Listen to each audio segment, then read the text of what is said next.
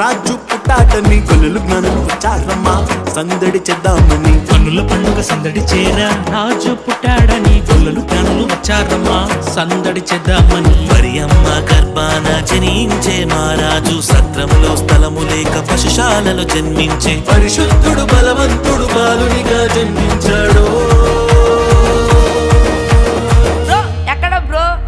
1 2 3 4 శాలలో